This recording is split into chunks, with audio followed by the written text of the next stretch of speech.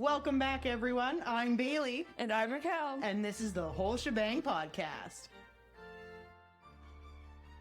Hi, guys, and welcome back to episode 27, or episode 1 of season 2 of the Whole Shebang podcast. Are you going to do that every episode where you give it 2 different numbers? Because that's going to get real confusing. No, after this, I will be going like episode 2, season 2. Oh, we're numbering it that way, but I've numbered it the other. That's your problem, not mine. Now I have to change all of our advertising. Fine. This is episode 27. Thank you. You're welcome. And so welcome back. And our first podcast episode of the year and video recording podcast of the year is going to be us reading fan fiction. Well, is it fan fiction though? So I've been struggling with this. So fan fiction is when you write about a story that's already existed. Very true. So is it fan fiction? I mean, we are a story that exists. It's our own fan fiction? I guess it's whole shebang fan fiction, but we don't really do. I mean, I can throw a podcast into mine if you want us to do a podcast. It's a type of story involving us. We do read fan fiction. Regular type of fan fiction. Give us your opinions. Is this fan fiction? I don't think so. But maybe it is. Maybe it is. I don't know. What is fan fiction? We're getting philosophical with what is fan fiction. We do that. We do. But today we have both written stories involving each other that we have not heard yet. Why are we doing this? Because it was fun. Because it was fun. I also, in my list of things that I thought we should talk about, because we're trying to be better about being planned, it's not happening, everybody. Yeah. So enjoy this while it lasts. But I thought it would be a good idea to talk about our history with creative writing or writing in general. Yeah, that's fair. So I wrote stories all the time as a kid, and then in high school, I was in the advanced writing and creative writing classes. Ooh, fancy. Oh, wait, I was in those too. You were? Who would have guessed? Oh, we had classes together in high school. The same high school. Oh, wow. So old. Boy. But that is kind of where we went. And I write still on and off. Yeah? Mostly off. Mostly off. But I do enjoy writing, especially stories like the ones we have written for today. And you've written some interesting fan fiction and given up after 3 chapters? Yes. Or was it 4 chapters? And if you want to read it, you can. I will not tell you what I've written, but it involves the Owl House. You will have to dive deep in and go into a very niche type of involves no providing me with weird ads on Facebook after I read it. Yeah. I think they've just went away for me since I've switched my phone. I will make it better by talking about my fan fiction, which you don't know about. No, I don't. So I've written Harry Potter fan fiction in high school, and it is available on the internet. And it's not finished, and it never will be. And it is about Voldemort.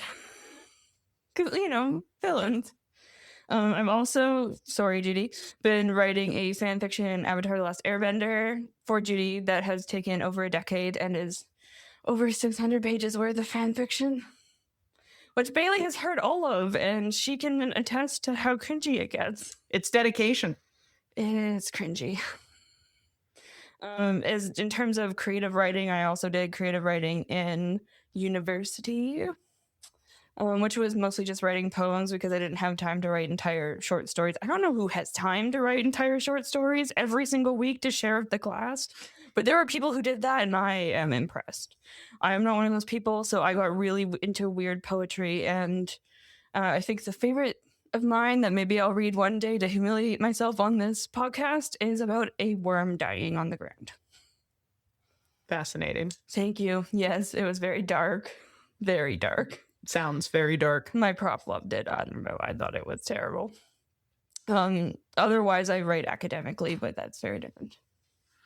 It is very different. So, should we get to reading these things? You want me to read this horribleness that I have not read back, so I cannot attest for any of this. But For some context, I wrote this in 2 days when we were going to record earlier and then panicked because I hadn't written anything, and it's now over 10 pages typed long. Sorry. Nothing's going to happen. It's not exciting. Okay, I'm interested to hear it. Okay, start. Okay. So my story is called Bailey the Magical Dragon and the Girl Who Cleaned. And you can tell who's who. Oh dear. It's already bad. Once upon a time, in a faraway place, lived a mighty dragon with scales the color of blazing red and shimmery gold. Your favorite colors. Thank you. This dragon was called Bailey. Majestic. Oh, you have a full title. This way it's coming. Bailey lived for hundreds of years on her own. Dragons are not social creatures. We're not. Reigning over an enchanted forest that crept up the side of her marvelous mountain range, where she made her home in a cozy cave away from the hubbub below. I used that word because you used that word. A small river separated the enchanted forest from a lush field of swishy golden grasses. Bailey preferred to hunt away from her immediate territory, more to the west where there are herds of tasty animals. Mostly gazelle. I don't know why. I think he would eat gazelle. I like their horns. Because of this, she rarely noticed the happenings in the forest or below her mountains. This is why it took Bailey far longer than it should have for her to notice the weird structures appearing in the fields and the channels that began offshooting from the river. One day, as she was flying home from a successful hunt, see, I'm being nice to you. You are. She swooped closer to the field than she had in years, deciding to take the scenic route home for a change. This is when she noticed the weird creatures who started to call her fields home. First, she noticed the smoke coming from the ground, then the weird square structures in a walled settlement. Lastly, as she drew closer, she heard the screams. Screams coming from the ground in what Bailey recognized as the human language. Dragon! The humans were scuttling around the enclosed settlement. Children are crying, men cowering, women protecting their homes, as it should be, with their little pitchforks. Bailey chuckled to herself in amusement, as she is right now. Humans were entertaining creatures to her.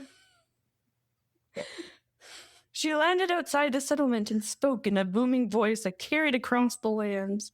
I will not harm you. Please put down your weapons. They seemed hesitant to do as she asked. Who is the human in charge? She demanded. An elderly and frail man with long white beard and hair swept shakily forward. I am, he said in a mumble, leaning with a stick to hold himself up. Then it is you I shall make a pact with.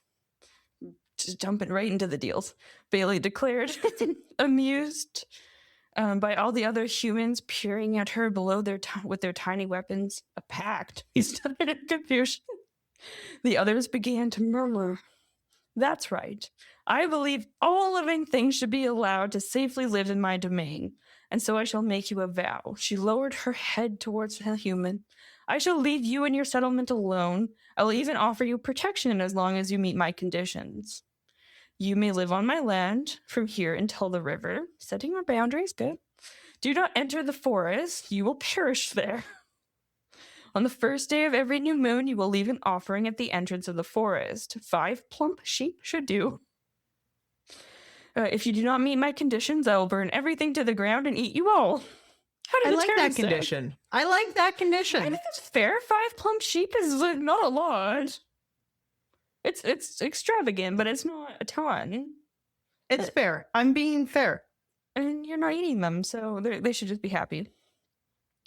The humans all began to look between each other. Bailey watched them in silence, pleased by her own cunning idea. She hated the taste of humans anyway, and of course she would never eat such gross, vile creatures. But a free meal every new moon was too hard to pass up on.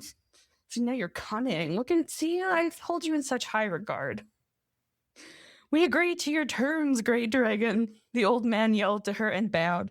Very well, Bailey replied, stretching her wings and flying home. The humans took cover as she lifted herself above them. And then I do time skip. There's multiple time skips, because otherwise this was going to be a whole novel of nothing. No, wow. Many years passed. The villagers maintained their promise and continued to provide Bailey with offerings every new moon. In return, Bailey left them alone in their portion of her land. Her nearby presence was enough to keep enemy humans away, and the village thrived. See, look at how nice you are to them. It was 200 years after the initial offering agreement. Yeah, you're old. On a cloudy night with a chilling wind, Bailey landed at the offering site to collect her dues. The humans had created a large metal bowl to place the offerings in. Over time, the bowl became more lavish and gold and silver decorations were added. The metal gleamed in the low firelight from a nearby torch that had been placed to mark the offerings were ready.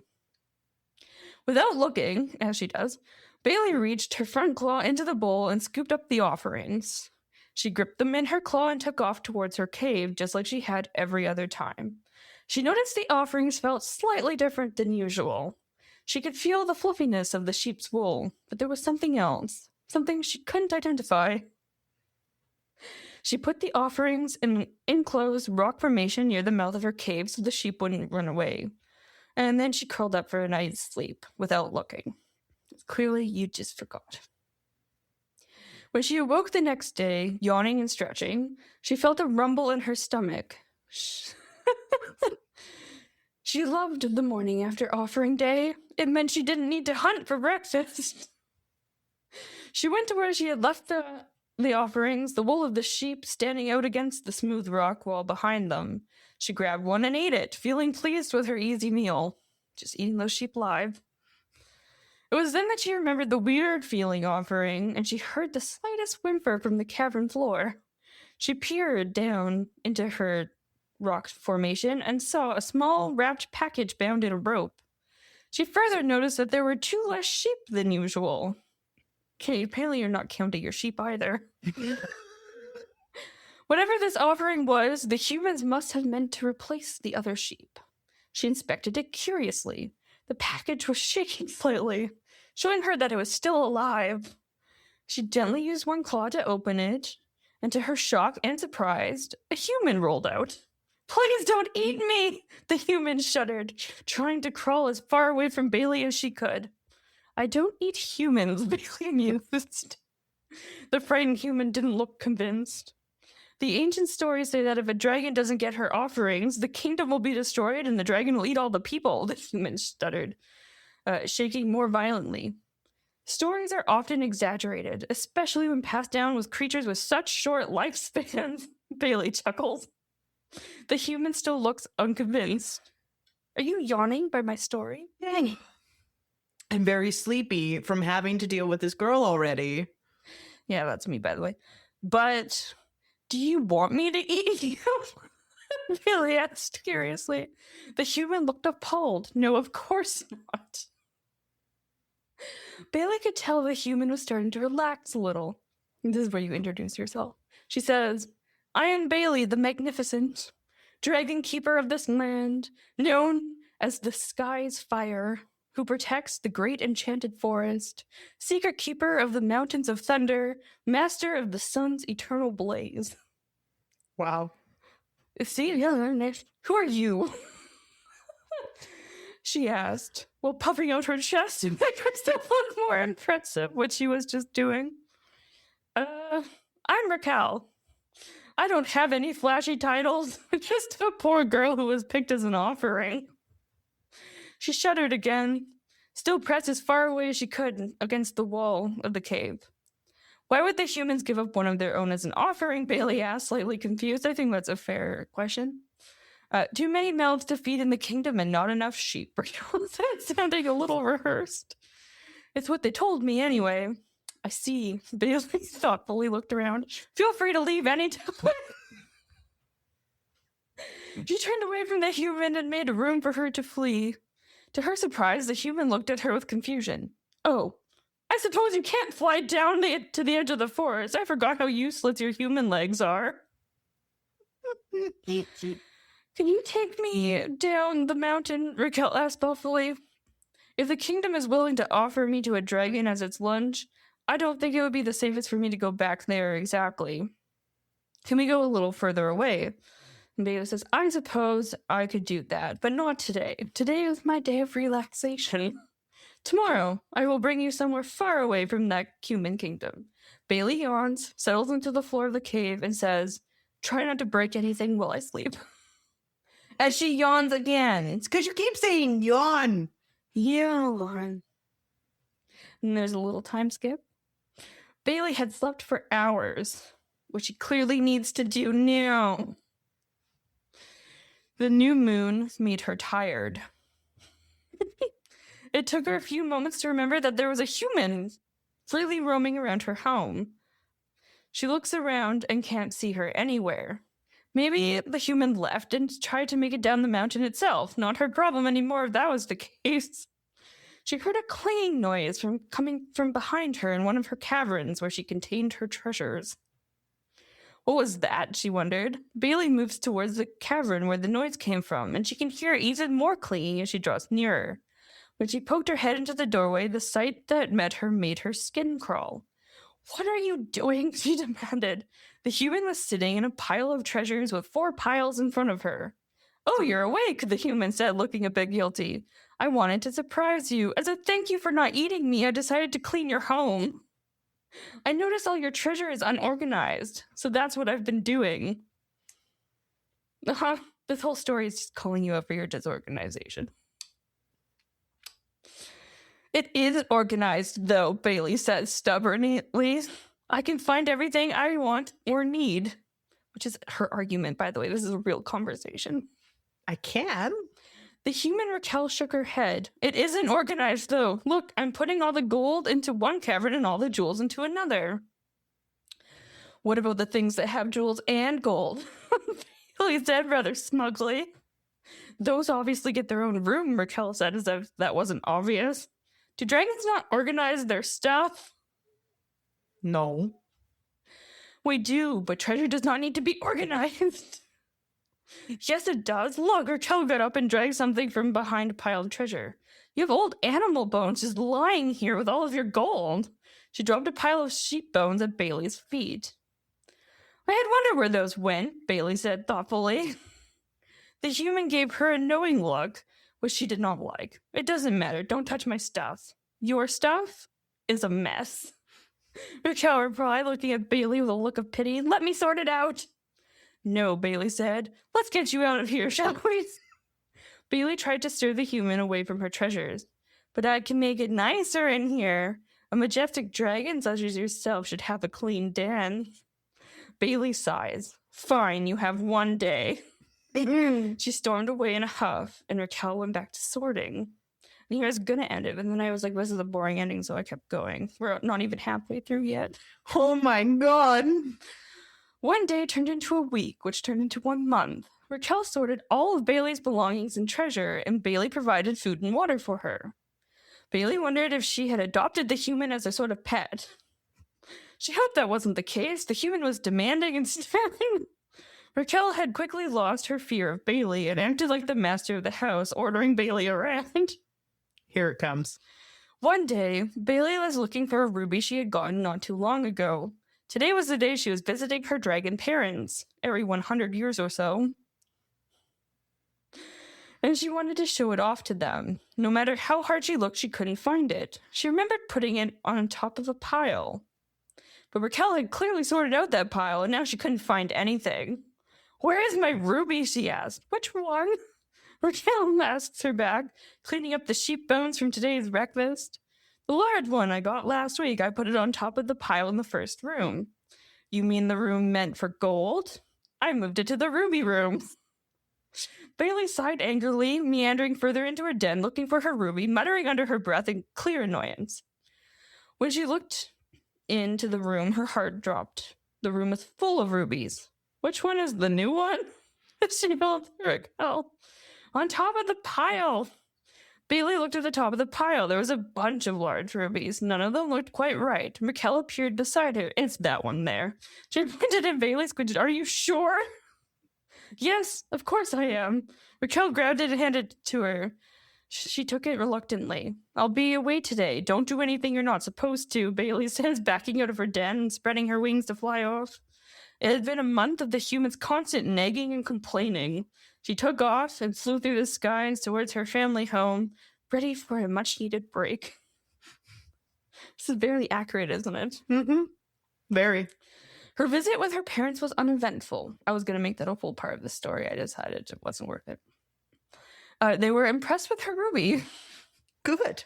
And she left it there for them because, you care for your parents.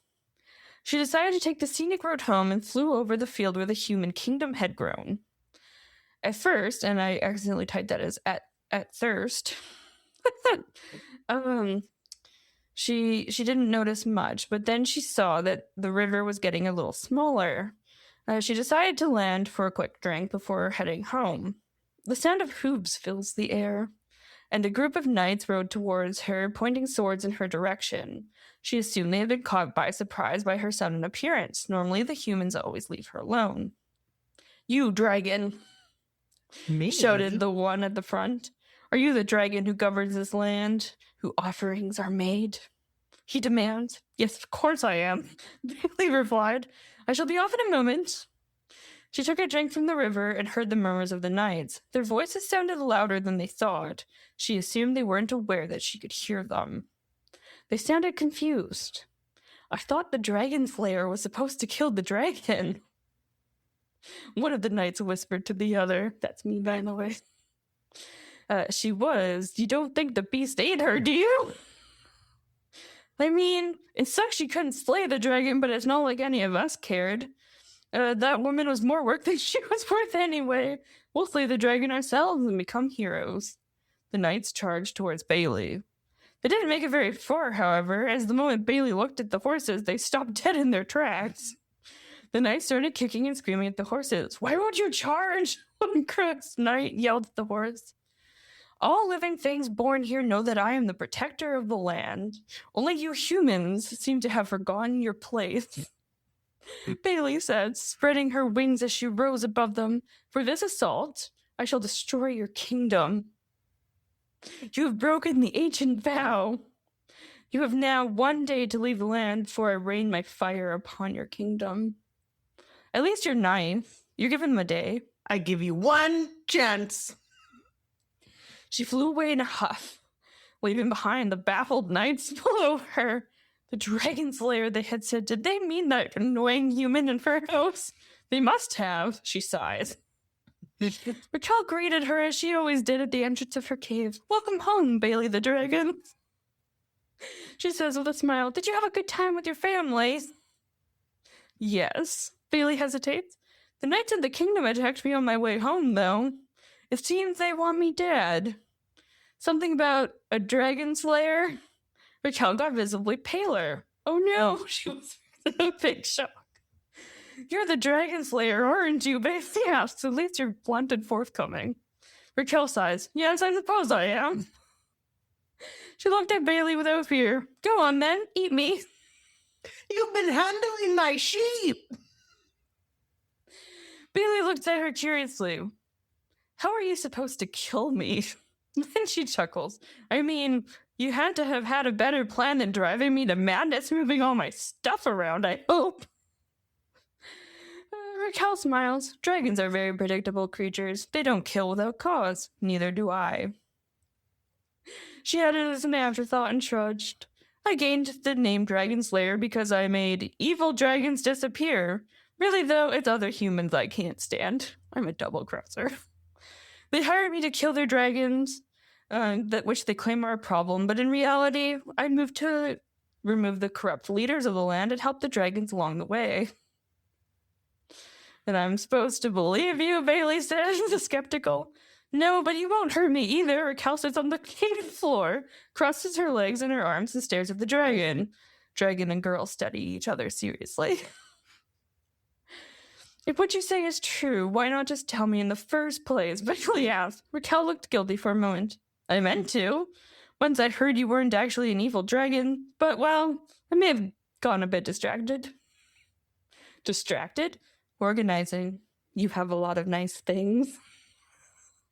Raquel's looking around at the new piles of bones and jewels Bailey had collected the last few days. "See, I'm really just making you dependent on me." "I see. So you want to organize and clean for me," Bailey asked, confused. "I found it more satisfying than I thought," Raquel admitted, looking carefully into Bailey's golden dragon eyes. "I suppose I should leave now." "You know, Well, it is annoying that you keep putting my things in places I can't find. If you were to leave, I'll never be able to find anything again. Bailey says thoughtfully. She saw a slight smile creep onto Raquel's face. What did you tell the knights? Raquel asked questionably. And that I would destroy the kingdom as punishment, but I gave them a day to leave. That was nice of you, Raquel said, nodding. I suppose we need a plan. Burn it all down was my plan. That seems a bit extreme, Raquel said thoughtfully. If you want to keep receiving offerings, we could just burn down the palace. The rest of the kingdom's people will be grateful for being spared and praise you once more. Now I'm cunning. You humans are sneaky creatures, Bailey said. I suppose I do like the plan of not killing everyone and not having to work for my dinner. Then there's a little time skip. We're almost done. Together, Raquel and Bailey planned out their attack on the castle for the next day, and when morning came, they were ready. Raquel had found some old armor in one of Bailey's many, many piles, and used it to cover herself. Are you sure you don't mind me riding on your back? She replied. As long as you don't make it weird, Bailey says. As Raquel struggled to get it to place. Together they took off from the mountain. Bailey heard Raquel screaming as they soared through the air towards the human kingdom. It loomed beneath them in no time. A bright castle at the center of white stone stood out, a shadow leaning across the other small buildings below. An impressive wall surrounded the city. They could see knights cowering on the top. Leave now or be destroyed, Bailey roars from above. They were shouting below. A stream of arrows shot towards them. Bailey blew them away easily with her powerful wings. They have no chance. They flew over the walls, and Bailey released a stream of hot dragon fire straight into the castle, one side of its impressive walls crumbling from her might. People were scurrying and screaming below. Bailey hit the castle once more, and the whole structure collapsed completely. She laughed to herself with how easy human structures could be destroyed. People were fleeing the city now, crowding by the walls, pushing their way past the soldiers at the gate. Bailey landed just outside the main entrance to the city, where the citizens were scrambling to find new places to hide. Some merely gave up and bowed before her. They should bow. Hear me! Raquel yelled, standing atop Bailey's back. I am Raquel the Dragon Slayer. This dragon does not mean to harm you. Your leaders are corrupt and will happily end your lives for the sake of their money. Please praise the dragon, Bailey, and she will spare you. As planned, the humans started to throw themselves on the ground before the dragon for forgiveness. I will forgive this time. For this human has showed me that your kind are not always as they seem, says Bailey the dragon. We are ever in your debt, great dragon, one human at the front sobs. Remember your offerings. Praise the great dragon, Raquel says once more as Bailey takes off flight again. If this happens again, I will spare none of you, Bailey roars as she flies away. As time passed, the humans continued to give their offerings to the great dragon. Bailey gained a new nickname, the Forgiving One. Raquel moved in with Bailey, acting as her housekeeper. The other dragons and magical beings knew her now as the keeper of the dragon's treasure. The humans, on the other hand, much to Bailey's dismay, referred to Raquel as the Dragon Tamer. The two formed an unlikely friendship built on Bailey's reliance on Raquel's ability to remember where the things were, and Raquel's strong desire to organize. They lived happily ever after in their unusual symbiotic relationship. The end. Wow. Told you nothing happens. It was very long. It was entertaining. It's entertaining, but nothing happened. It's entertaining. I didn't know how to end it. I just wanted to live in your house. Okay. That's fair. That's fair. You have a lot of nice things. I do. A lot of rubies, apparently, and gold. Yeah, rubies are like your favorite because obviously you're red. Of course, they're red and shiny. Yeah, you're very shiny. You're like a crow, but like can breathe fire. I like that. I like that analogy. Mm-hmm. Mm-hmm. I like that a lot. So that's the story of Bailey the Dragon and how you should let me organize your house. You already do. I do, yeah. She likes to organize my house. It's fine. You just put things in weird places. I do. I prefer it that way. Your turn. My I want to sit turn. here yawning. Yawn if you can. This is thrilling. Take a drink of this because now I'm parched. Okay. I did not name this. It is called Podcast Fanfiction. Untitled. Untitled. The forest surrounding Professor Raquel's spire was known as the Whispering Gloom. Ooh. Mostly because Raquel had enchanted the trees to complain about the weather whenever she was in a bad mood. This morning, the oaks were grumbling about a cold front, but their voices were drowned out by a high-pitched shriek echoing from the tower's third-floor kitchen. "It's a conspiracy!" Raquel shouted, throwing a bundle of dried newt tails across the room. Raquel was a short, portly woman who wore capes with collars so high they frequently poked her in the ears. She was the head of Maleficent theory at the Shadow Academy, and her reputation for cruelty was only matched by her obsession with her morning routine. "The silver root," she whispered, her voice trembling. "My spoon, my beautiful, curved, heirloom stirring implement, gone." She checked the dishwasher, a small captured water spirit named Gerald. She checked the pantry, where she kept the forbidden honey. She even checked her familiar's bed, but Barnaby the raven simply croaked and tucked his head under his wing, refusing to be part of the drama. Without her spoon, the tea wouldn't swirl correctly. If the tea didn't swirl correctly, the caffeine wouldn't align with her chakras. And if her chakras weren't aligned, her students were going to have a very, very bad day. That checks. Raquel didn't walk to the village. She marched. Her boots left small, scorched footprints in the moss. She burst into the Root and Remedy with such force that the bell above the door flew off its hinges and landed in a basket of dried sage. Judy, the town's only apothecary, and a woman who possessed the patience of a mountain, didn't look up from the vial she was filling. "It's on the floor, Raquel," Judy said calmly. "The spoon?" "The bell. You knocked it off again. That's the third time this month." Raquel ignored the bell. She leaned over the counter, her shadow falling darkly over Judy's workspace. "Judy, I have been robbed. Violated. Someone has bypassed my obsidian wards and stolen the silver root. I suspect the Academy Board. They've always been jealous of my cutlery." Judy finally looked up, pushing her spectacles onto her forehead. "Raquel, you lost your glasses on your head 3 times yesterday. Are you sure you didn't just put it somewhere safe while you were sleep casting?" "I am a master of the dark arts, Judy. Not a forgetful grandmother," Raquel snapped. That is the best line you've ever written. "Fine," Judy sighed, untying her apron. "I'll help you look. But if we find it in your pocket, you're buying the next round of elderberry wine." The search lasted hours. They began at the academy, where Raquel insisted on frisking several terrified freshmen. "Open your satchels," Raquel barked at a group of students practicing basic levitation.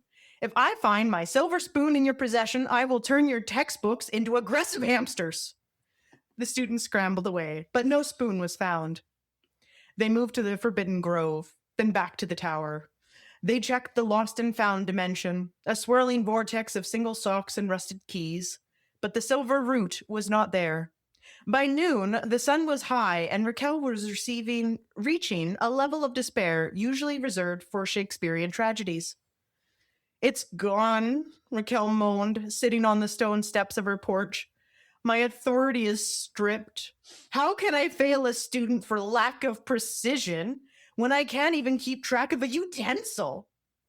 Judy sat beside her, handing her a piece of enchanted fudge. "Maybe it's a sign, Raquel. Maybe you need a new spoon. A modern one. Plastic, perhaps?" Raquel looked at Judy with such pure horror that the apothecary laughed. "Too soon? All right. Let's walk back to my shop. I think I have a spare brass ladle you can borrow." As they descended the hill, the path narrowed. The tall grass of the meadow swayed in the breeze. Raquel, head bowed in defeat, noticed a rhythmic clink, clink, clink coming from the verge on the road. Suddenly, a flash of white light hit her in the eyes. It was sharp, metallic, and undeniably silver. There! Raquel screamed, diving into the weeds like a hawk. She didn't find a thief. She found a snail. But this was no ordinary gastropod. Resting atop its soft gray body was the bowl of the silver root spoon. The snail had somehow maneuvered itself so the spoon sat like a shimmering armored dome over its back. The long hemlock root handle trailed behind it like a chrome rudder. Aha! The thief! Raquel reached down, but the snail did something unexpected. It didn't retract. It stopped, swiveled its eye stalks towards her, and cleared its throat. Actually, the snail said, its voice sounding like a tiny, very polite squeak, I believe the term you're looking for is refugee. Raquel froze. It speaks. Of course I speak, the snail replied. My name is Bailey, and I must say, your choice in architecture is impeccable. This silver shell has a lovely weight to it. Very reassuring against the local thrush population. The accent you're giving yourself is amazing. That shell is my breakfast instrument, Raquel hissed. Give it back this instant, you slimy squatter. Bailey the snail let out a long, wheezing sigh. Madame, do you have any idea what it's like out here? The birds have no respect for the arts. Yesterday, a robin tried to crack me open against a rock. It was harrowing. I found this abandoned on your porch and realized it was indestructible. I was merely seeking a fortress. Judy leaned in, fascinated. She's used it as a shield, Raquel. Look, there are beak marks on the silver. She's been under siege. Raquel looked at the tiny beak-shaped dents in her favorite spoon. Her anger flickered. She respected a good defense. She also respected anything that managed to steal from her and lived to talk about it. You have talent, Bailey, Raquel said, her eyes narrowing, but I want my spoon back. However, I am currently lacking a reliable clerk. My students' letters are constantly being intercepted by the Save the Toads committee because I don't seal them properly. Bailey tilted her eye stalks. Go on.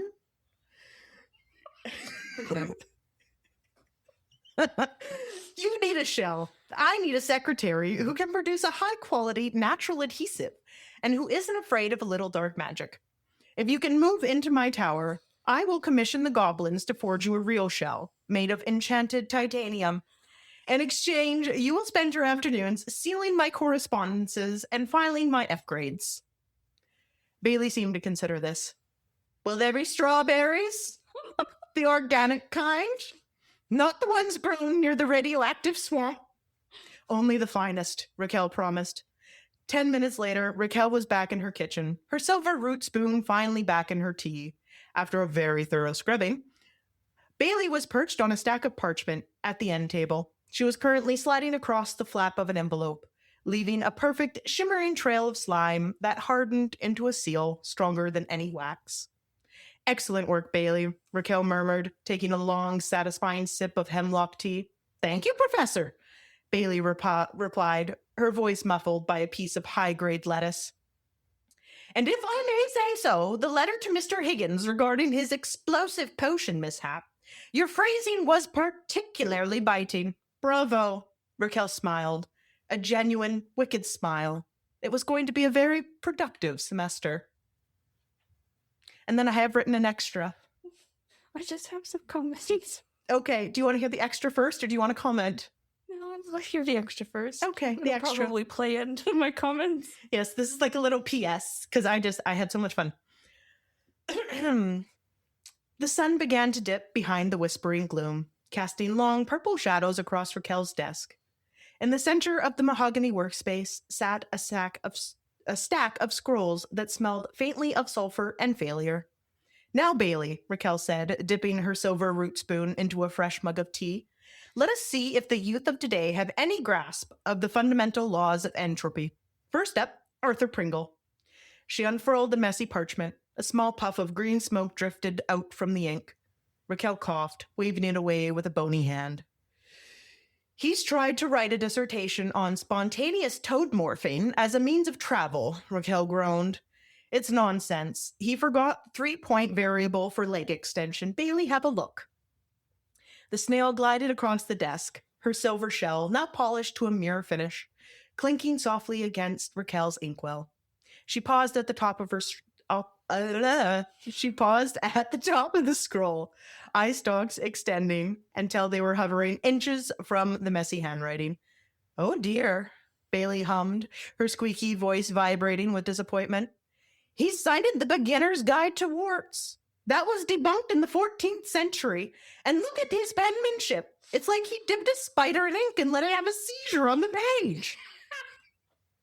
Raquel chuckled, a sound like dry leaves skittering across a tombstone. "I was going to give him a D- for effort. What do you think?" Bailey did a slow, thoughtful loop around a particular egregious spelling error.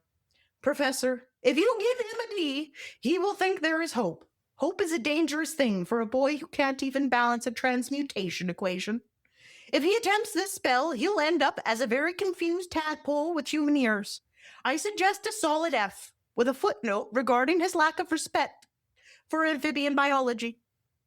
"You're ruthless, Bailey," Raquel purred, delighted. "I love it." She grabbed her quill, a feather from a very grumpy harpy, and slashed a jagged, glowing red F across the top of the parchment. "Next," she said, pulling a scroll that was vibrating and making a faint sobbing noise.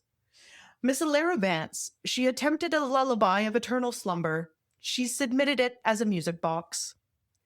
Bailey glided over to the tiny wooden box. She tapped it with an eye stalk. The box let out a mournful plink and a cloud of glitter. "It's pink," Bailey noted, her voice dripping with aristocratic disdain. "And it smells like strawberries. Professor, I am a snail of the world, and even I know that eternal slumber should at least smell like damp earth or ancient dust. This is afternoon nap at best." "Agreed," Raquel said, her spoon clinking rhythmically against her mug. "It's derivative, it's sentimental, and it's far too sparkly for my classroom." "Perhaps," Bailey suggested, "we should tell her that if she wants to put someone to sleep forever, she should try reading her own introduction aloud. It's 12 pages of fluff about her cat."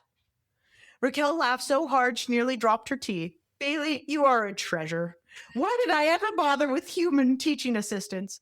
They always complained about the safety hazards and the lack of a dental plan. I require only lettuce and the occasional compliment on my shine," Bailey replied, already sliding toward the edge of the next envelope to apply the seal. "Now, shall we move on to Mr. Diggory's essay? I believe he's accidentally crushed the margin, and is currently trying to eat my tail." Raquel squinted at the paper. Sure enough, the edge of the parchment was sprouting tiny paper teeth. "Don't worry, Bailey," Raquel said, reaching for a heavy paperweight shaped like skull. "I'll handle the biting. You just keep the glue coming. We have 30 more failures to get through before midnight." The witch and the snail worked on into the night, the only sound in the tower being the scratching of a quill, the soft thwack of an F stamp, and the contented silver chime of a spoon against a cup. Very nice, very nice. There you go, that's your story. You like it? I did too.